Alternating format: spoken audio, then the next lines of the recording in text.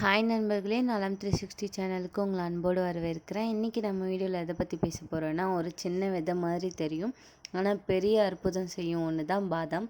ஆனால் பாதாமை பச்சையாக சாப்பிட்றது மட்டும் இல்லை, நீரில் ஊற வச்சு சாப்பிட்டா கிடைக்கும் நன்மைகள் என்னென்னு இன்றைக்கி நம்ம பார்க்க போகிறோம். அதை பற்றி தெரிஞ்சுக்கிறதுக்கு முன்னாடி நலம் 360 சேனலை சப்ஸ்கிரைப் பண்ணாதவங்க சப்ஸ்கிரைப் பண்ணிக்கோங்க, மறக்காமல் பெல் ஐக்கானை ப்ரெஸ் பண்ணிக்கோங்க. வாங்க வீடியோக்குள்ளே போகலாம். பாதாம் நம்மளோட இயற்கையோட பொக்கிஷம்னு சொல்கிறாங்க. பாதாம் எங்கேருந்து வந்தது தெரியுமா? பாரசீகம், இந்திய வரலாறு. நம்ம முன்னோர்கள் பாதாமை மருந்து மாதிரி எடுத்துக்கொண்டாங்க. ஊற வச்ச பாதாம் ஏன் நல்லது? உடலில் எளிதாக ஜீரணமாகும், சத்து நல்லா கலக்கும். உதாரணத்துக்கு சொல்லப்போனால், ஒரு பண்டிதர் தினமும் காலையில் 5 பாதாம் ஊற வச்சு சாப்பிட்டாராம். 90 வயசில் கூட அவரோட நினைவாற்றல் குறையாமல் இருந்துச்சான்.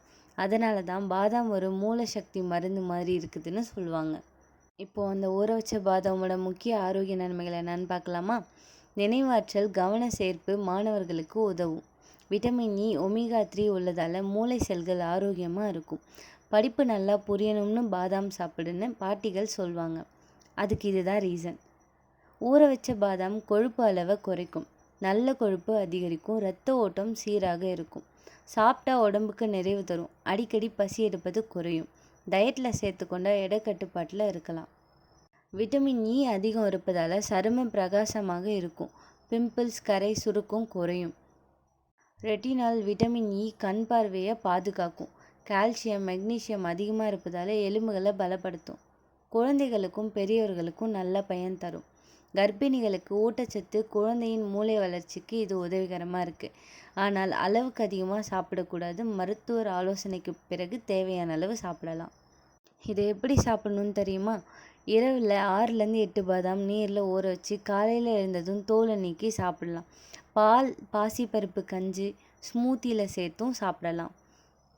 காலையில் பாதாம் சாப்பிட்டா நினைவாற்றல் கூடும். இதில் கவனிக்க வேண்டிய விஷயம் என்னென்னா, பாதாம் அலர்ஜி உள்ளவர்கள் தவிர்க்க வேண்டும். அதிகமாக சாப்பிட்டா வயிற்று எரிச்சல் வரும். நாளுக்கு 8லேருந்து 10 பாதாம் போதுமானது. நண்பர்களே, நம்ம வாழ்க்கையில் பெருசாக செய்ய வேண்டிய அவசியமே இல்லை. சின்ன சின்ன நல்ல பழக்கங்களை வளர்த்துக்கிட்டா போதும். அந்த மாதிரி ஒரு நல்ல பழக்கம் தான் தினமும் ஊற வச்ச பாதாம் சாப்பிட்றது. நம்ம உடம்பு ஆரோக்கியமாக, மனசு சுறுசுறுப்பாக, தோற்றம் அழகாக இருக்கணும்னா பாதாமை மறக்காமல் சாப்பிடுங்க. உடம்பு நல்லா இருந்தால் உலகமே நம்ம கையிலன்னு சொல்லுவாங்க. அதனால் பாதாம் சாப்பிட்டு ஆரோக்கியமாக வாழலாம்.